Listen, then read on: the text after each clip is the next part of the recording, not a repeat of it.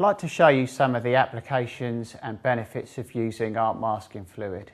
In this video I'm going to talk through two kinds of art masking fluid, those being the standard art masking fluid and also the colourless art masking fluid.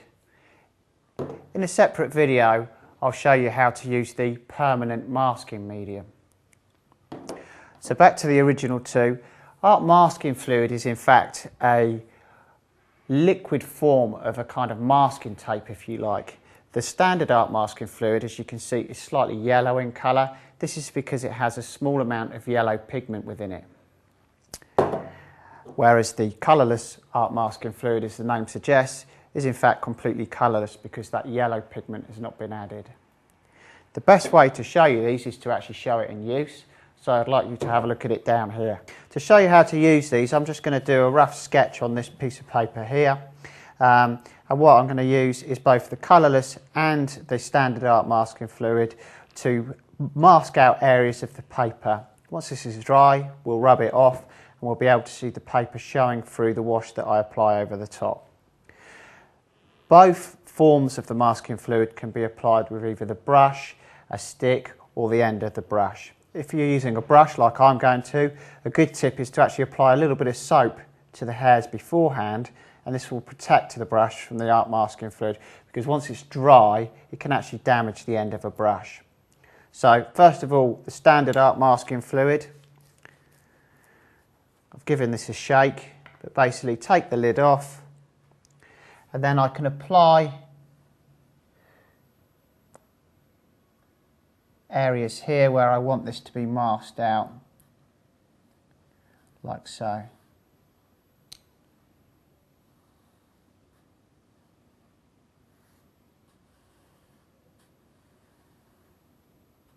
As you can see, the yellow pigment is showing here.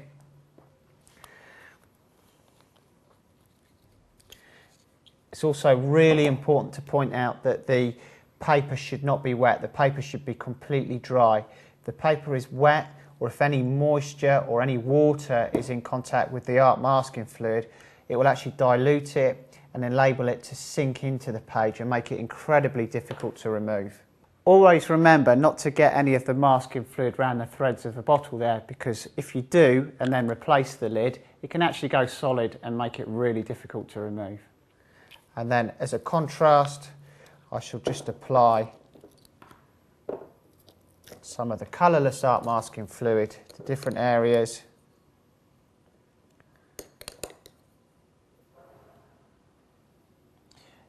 And as you can see, indeed, this is colourless.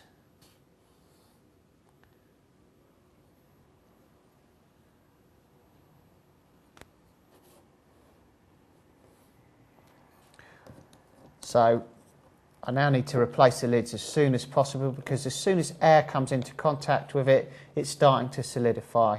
So always keep the lid on your bottle at all times. I'll go and wash my brushes out straight away and we'll allow this to dry.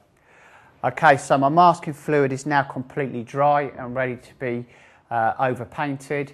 It's worth saying that you really need to keep it to a bare minimum the amount of time that you leave the masking fluid on the paper for.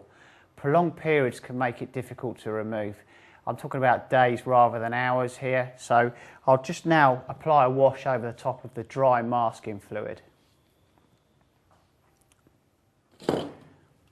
Okay, so plenty of water on my brush. You can see here is the coloured, the standard art masking fluid, and the colourless is here a little bit more difficult to pick out against the white paper. Just going to apply a wash of cobalt blue over the top of that. You can see that it does actually provide a little bit of a resist as well. Put some Winsor blue red shade in here. Also just to provide a bit of variation of colour. I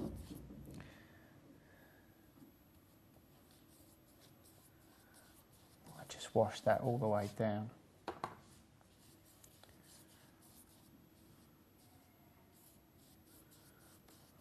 Like so.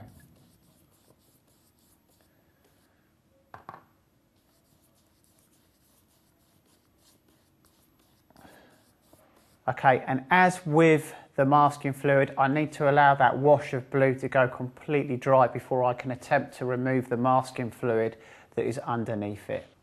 Okay, so now my wash on top of the art masking fluid is completely dry, so I can remove the art masking fluid and allow the paper to show through from underneath.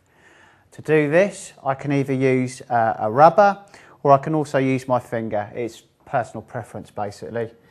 So as I start to rub this off here, you can see that it neatly removes, again, further on to cover this area here, some of the standard art masking fluid there, and as I said, you can do it just with your finger as well.